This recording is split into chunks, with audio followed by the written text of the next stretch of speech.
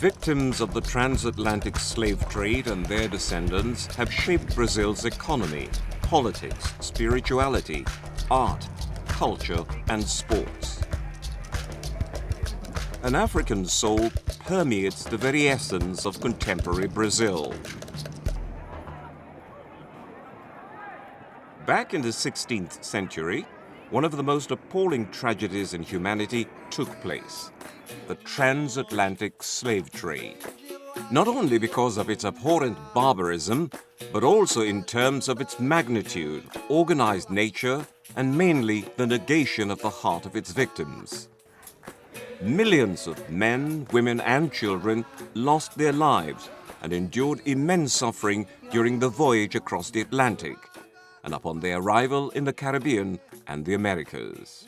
Ao todo, cerca de 10 milhões de pessoas foram raptadas da África durante toda a escravidão colonial. Professor Eliu Santos is president of the Foundation for Racial Equality. 40% dessas pessoas vieram para o Brasil. That's more than 4 million slaves. When they arrived in Salvador de Bahia, they were led to Pelourinho Square. Pelourinho é o lugar onde as pessoas eram vendidas e também eram torturadas. Merchants and plantation owners placed bets at public auctions. Helpless slaves were awarded to the highest bidder. Many were bought to work under extreme conditions on sugar plantations, a commodity that changed international trade during colonialism and boosted Brazil's economy. Brazil was the last country in the Americas to abolish slavery in 1888. But for Afro-Brazilians, the struggle is far from over.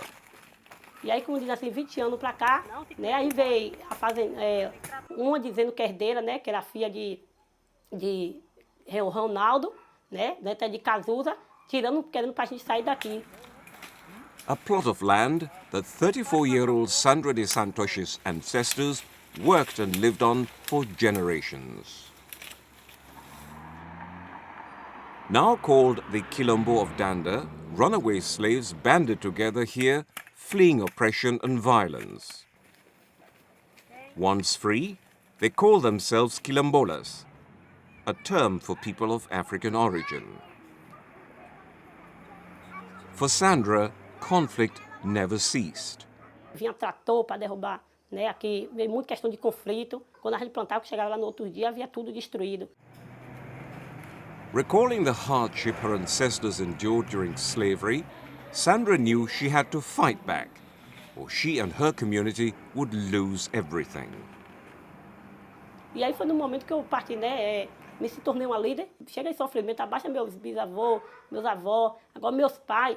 Eu não vou querer isso, né? Futuramente. In 2003, Sandra heard about a new law introduced by the government that could help save Danda. She turned to INCRA, Brazil's National Institute for Colonization and Agrarian Reform, to find out more. Richard Turciano is Director of Planning and Land Structure at INCRA. Ato do governo que aponta a possibilidade efetiva de resgatar esses territórios e devolver essas terras a essas comunidades quilombolas, né, e a garantir e fazer efetivamente a justiça àqueles que historicamente foram injustiçados e excluídos na história do país. But even with the new law, for years, nothing happened. Then, in 2009, there was renewed hope when former President Lula made a bold step.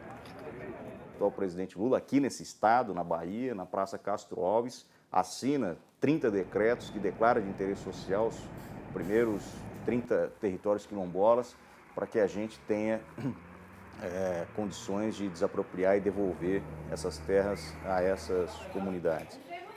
Some 200 descendants of slaves live in Danda today. While they wait for a solution to their dispute, they continue to work the land, maintain their culture and age-old traditions, passed down by their ancestors. To acknowledge their contribution to human history and to promote and protect their human rights, The United Nations has set aside an international decade for people of African descent, which began in January 2015. The decade bears the theme of recognition, justice, and development. According to the UN High Commission of Human Rights, Mr. Zaid Ra'ad Al Hussein, it is hoped that this decade will bring an end to discrimination against people of African descent.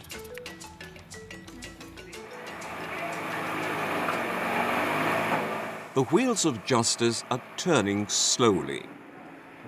Gaining land title is an extremely lengthy process, and only few quilombolas have succeeded in getting their rights to their land. But for Sandra and her community, success may be near. O título, totalmente a gente está, né, na mão, mas está na finalização da titulação. Agora nós estamos aguardando um prazo, que é um prazo do Poder Judiciário para poder conceder os títulos a essa comunidade.